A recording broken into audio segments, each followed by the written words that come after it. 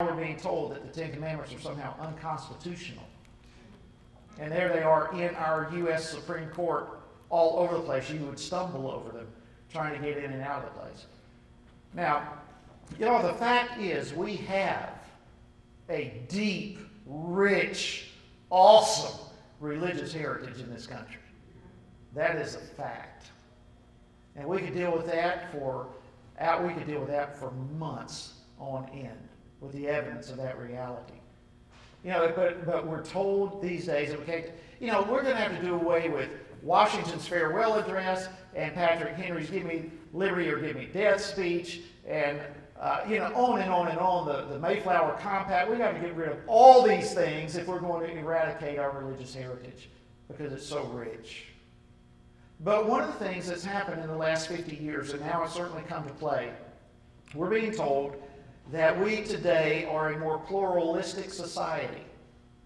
And in other words, all those things were good for 200 years ago, but we've changed a lot. We're not the same culture anymore. We got a whole lot of different people, a lot of nationalities. We're a pluralistic society, and what was good for them isn't right for us these days. We don't need to force all that upon everybody. Y'all ever hear that kind of thinking? We hear that a lot these days. Y'all listen, let's just get a perspective on that kind of argument. Because the reason is, the very reason we are a pluralistic society is because we have been based upon Judeo-Christian principles. It is because we have in America, or have had, a Christian worldview. And among other things, a Christian worldview acknowledges that there is one God, and every one of us one day will give an account of our lives before Him.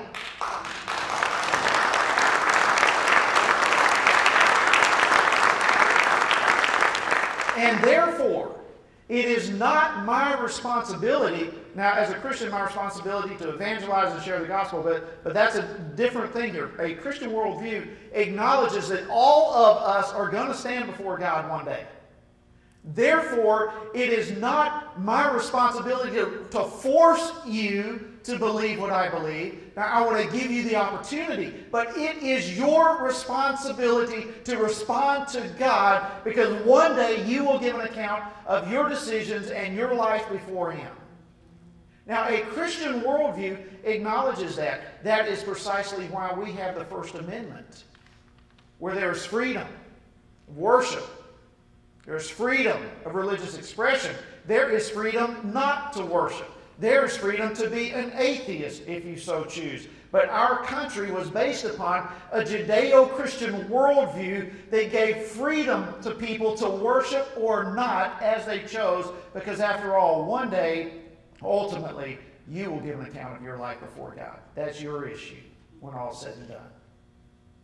Now, y'all understand, that is why we have Muslims in America today. That is why we have Buddhism and Hinduism and every other kind of ism that you can think of. People come here to America, and there is safety for them to worship as they so choose, because we allow the freedom, the liberty, because our worldview says one day you'll give an account for what you believe.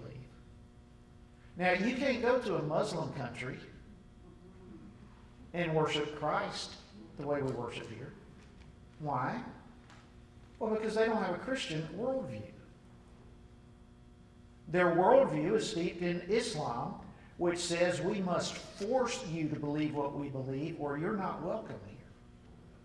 You see, so let's go full circle.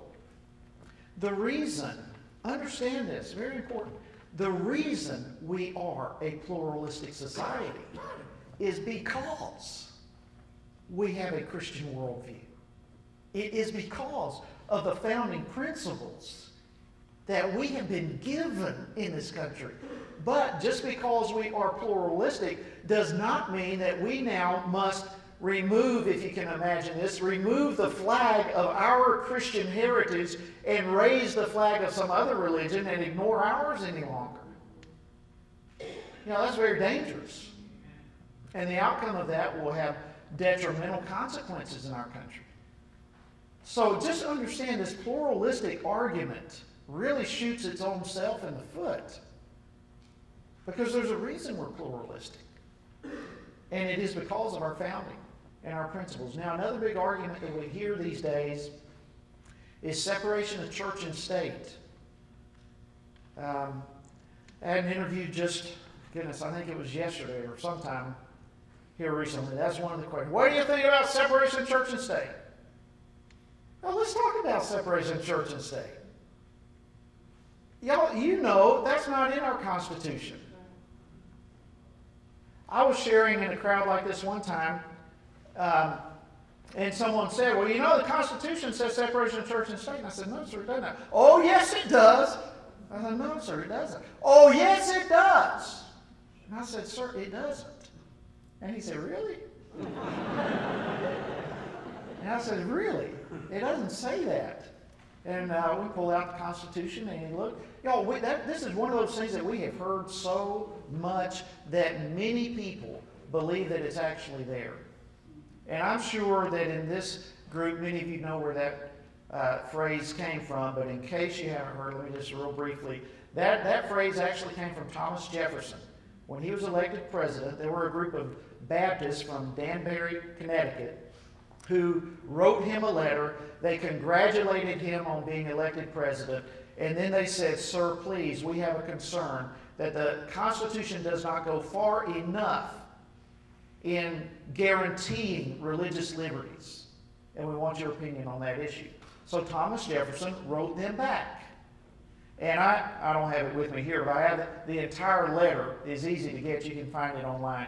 But he wrote them back, and in that letter, he said, let me assure you that our First Amendment has created a wall of separation.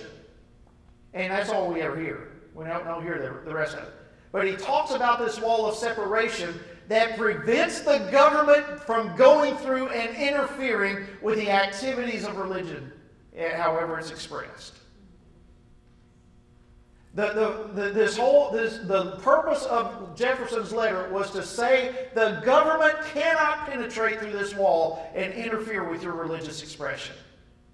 But never did the letter in any shape, form, or fashion say that religion cannot interfere and be a part of our government. In fact, there is far too much evidence that says otherwise. Now listen, where is religion, is the way our founders use it, where is religion more needed but in politics? That's where virtue and truth and justice has accountability. And our founding fathers welcomed. In fact, many of the state constitutions required no one could even run for office unless they had a strong, convicting testimony of personal faith in Jesus Christ. I mean, in many of the states, it was a requirement to have a strong testimony of personal faith in Jesus Christ before you could even run for office. Our founders wanted and recognized the need for religion to be heavily involved in politics. But on the reverse, they created a wall of separation so that the government could not interfere with religion. That's what Thomas Jefferson's letter said. Now, we don't ever hear all that stuff. All we hear about is a wall of separation, separation of church and state.